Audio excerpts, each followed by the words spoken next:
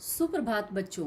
कक्षा 5वीं, विषय हिंदी, उप विषय पाठ 3, शूलपाणी।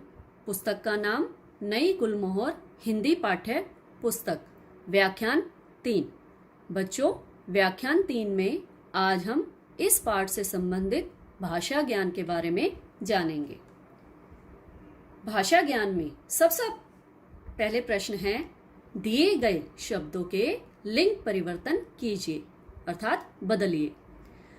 ये पुल्लिंग है, ये स्त्रीलिंग है। पहला है क, भगवान, भगवती, नाग, नागिन, शिष्य, शिष्या। प्रश्न 2, रंगीन शब्दों के वचन बदलकर वाक्य पुनः लिखिए। पुनः का अर्थ होता है दोबारा।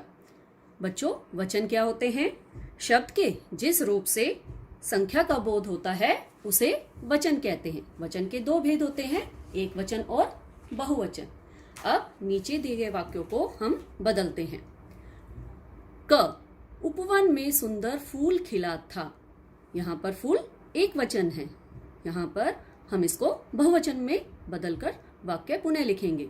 उपवन में सुंदर फूल खिले थे। ख, चैत्य के बीचों बीच पीपल के वृक्ष थे। अब यहाँ पर बहुवचन है, बहुत सारे वृक्ष थे, इसको हम बदलेंगे चैत्य के बीचों बीच पीपल का वृक्ष था। ग, शूलपाणी के पास एक विषैला सर्प था। एक सर्प था तो वो एक वचन है, अब इसको बहुवचन में बदलेंगे। शूलपाणी के पास विषैले सर्प थे। प्रश्न नंबर 3, संज्ञा के स्थान पर जिन शब्दों का प्रयोग होता है वे सर्वनाम कहलाते हैं। मैं एक बार पुनः परिभाषा दोहरा रही हूं सर्वनाम की।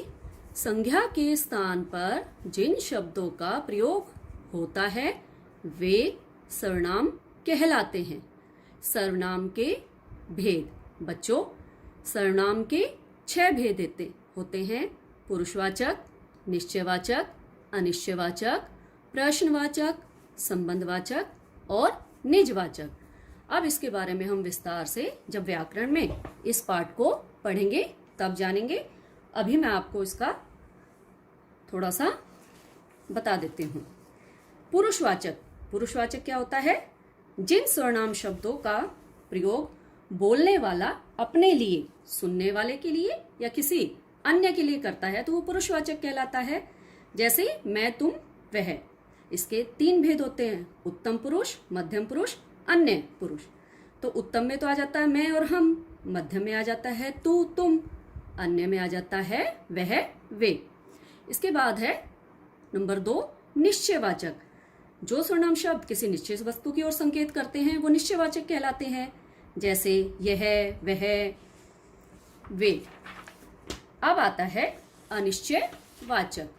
अनिश्चयवाचक जो सर्वनाम शब्द किसी निश्चित व्यक्ति या वस्तु का बोध नहीं कराते वे अनिश्चयवाचक कहलाते हैं। जैसे कोई, कुछ।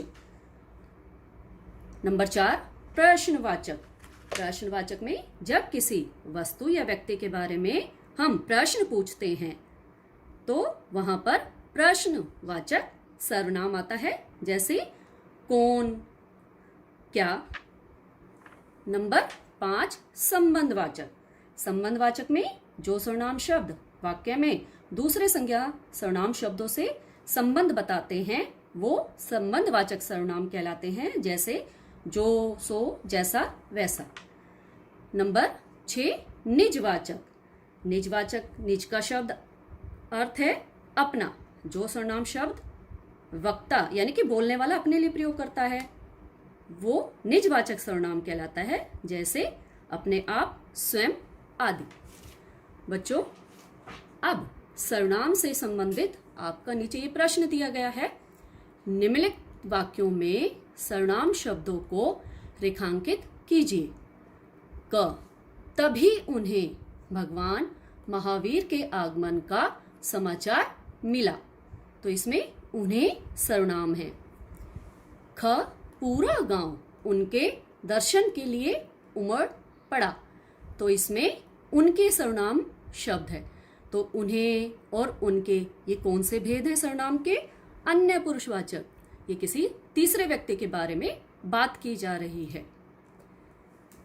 ग, उसके पास कौशिक नाम का एक विषैला सर्प था।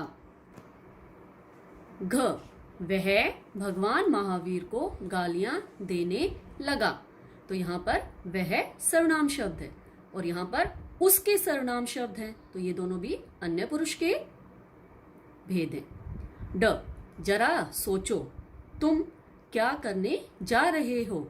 तो यहाँ पर तुम सर्वनाम शब्द है जो मध्यम पुरुषवाचक का ही भेद है। प्रश्न 4, निम्नलिखित वाक्यों में उचित विराम चिन्ह लगाकर लिखिए। यहाँ पर कुछ विराम चिन्ह दिए गए हैं जिनका हमें प्रयोग इन वाक्यों में करना है। सबसे पहले आता है जैसे अल्प विराम। अल्प विराम जहाँ हम किसी वाक्य में एक से ज्यादा चीजों को दिखाने के लिए प्रयोग करते हैं, जैसे राम, श्याम, मोहन, सोहन। दूसरा है पूर्ण विराम, इसको वाक्य के अंत में हम लगाते हैं। तीसरा है प्रश्नवाचक चिन्ह, जहां हम किसी से प्रश्न पूछते हैं, इसका प्रयोग भी हम अंत में ही करते हैं।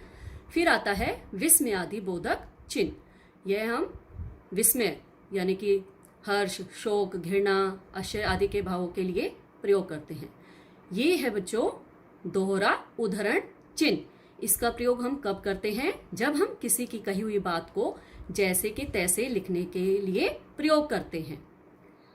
इसके बाद आता है योजक चिन्ह। योजक चिन्ह का प्रयोग हम दो युग्मों शब्द या दो तुलनात्मक शब्दों के लिए करते हैं, जैसे माता, पिता, भाई, बहन, दिन, रात आदि। अब हम देखते हैं इनका प्रयोग हमने कैसे किया है। क, उसमें हर समय रंग बिरंगे फूल खिले रहते थे। बच्चों आप देख रहे हो इस वाक्य में कोई भी विराम चिन्ह का प्रयोग नहीं है, इसको हमने यहाँ पर लगाकर पुनः लिखा है। उसमें हर समय रंग बिरंगे, यहाँ पर नहीं था, यहाँ हमने योजक चिन्ह लगा दिया है। फूल खिले रहते थे, यहाँ हमने पूर्ण विराम का प्रयोग किया है। ख, गांव के मुखिया बोले, प्रभु इस चैत्य में एक नर पिशाच रहता है। अब यहाँ पर भी कोई विराम चिन्ह नहीं है, इसको हमने यहाँ लगाकर लिखा है। इसको हम पढ़ते हैं। गांव के मुखिया बोले, अब मुखिया बोले हैं तो इसमें हम थोड़ी देर रुके, और वो क्या बोले ये उनकी सारी बात है, जिसको हमने उन्होंने जैसा बोला है वैसा ही लिखा है, तो इसके लिए हमने दोहरा उदाहरण चिन्ह का प्रयोग किया है। और इसका ध्यान रखना बच्चों कि ये जब हम शुरुआत यहाँ से कर रहे हैं, तो जब इसको हम खत्म करते हैं तो ये पूर्ण विराम के बाद ही लगता है। तो इसको मैं पढ़ रही हूँ आपके लिए। गांव के मुखिया बोले, अल्प विराम, यहाँ से हमने दोहरा उदाहरण चिन्ह शुरू किया, प्रभु, इसके बाद विस्मयादि बोधक चिन्ह, इसे चैत्य में एक नर पिशाच रहता है, पूर्ण विराम, और उसके बाद ये हमारा दोहरा उदाहरण चिन्ह बंद कर दिया है। बच्चों अब आज व्याख्यान 3 का आपका गृह कार्य आपके भाषा ज्ञान से ही संबंधित है। इसमें पहला प्रश्न है, दिए गए शब्दों के लिंग परिवर्तन कीजिए। नंबर 1 स्वामी, नंबर 2 दुष्ट, नंबर 3 सर, इसके लिंग बदलकर आपको लिखने हैं। प्रश्न 2, रंगीन शब्दों के वचन बदलकर वाक्य पुनः लिखिए। ये 2 वाक्य हैं, इनके आपको वचन बदलकर पुनः लिखने हैं। प्रश्न 3, निम्नलिखित वाक्यों में उचित विराम चिन्ह लगाकर लिखिए। ये विराम चिन्ह मैंने यहाँ पर दिए हुए हैं, इनका प्रयोग करते हुए इन वाक्यों को आपने लिखना है। बच्चों व्याख्यान 2 का गृह कार्य आपका था जो आपने कर लिया होगा। पाठ 3 शूलपाणी के कठिन शब्द तथा शब्दार्थ कॉपी में लिखो। आशा है आपने वो साफ और सुंदर लेख में लिख लिए होंगे। तो एक बार मैं पुनः दोहराई करती हूँ उसकी। कठिन शब्द है पहले, नंबर 1 विश्राम, नंबर 2 क्रूर, नंबर 3 विषैला, नंबर 4 निर्दयी, नंबर 5 निर्दोष, नंबर 6 दुष्ट, नंबर 7 स्वस्थ, नंबर 8 दीक्षा, नंबर 9 शिष्य, नंबर 10 व्यतीत। अब हम शब्दों के अर्थ जानेंगे। नंबर 1 विहार, इसका अर्थ है घूमना। नंबर 2 आगमन, इसका अर्थ है आना।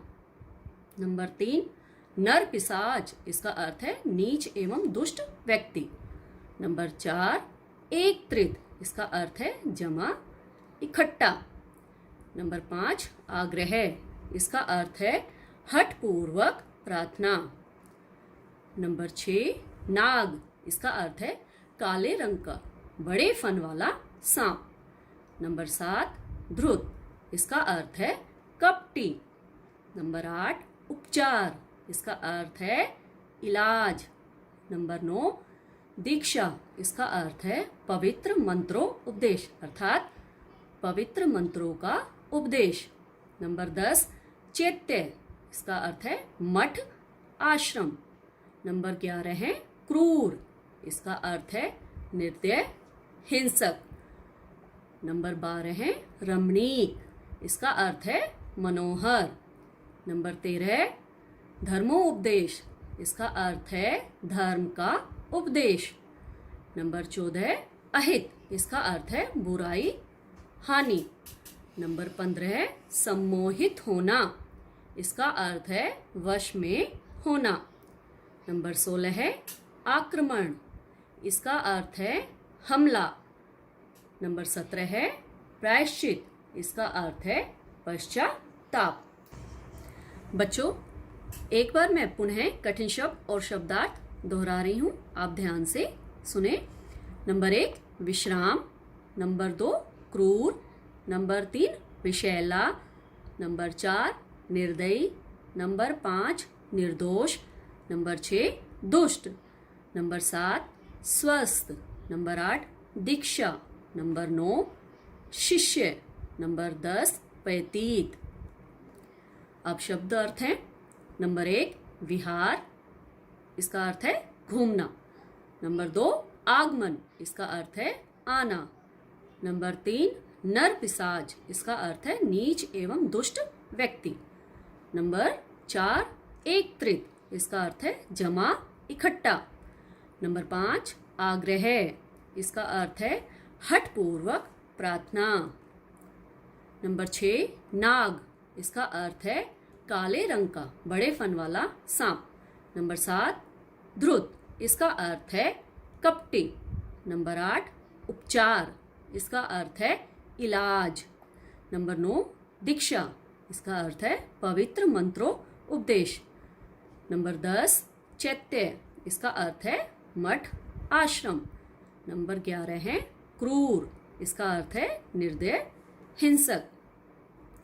नंबर 12 है रमणीक, इसका अर्थ है मनोहर। नंबर 13 धर्मोपदेश, इसका अर्थ है धर्म का उपदेश। नंबर 14 है अहित, इसका अर्थ है बुराई हानि।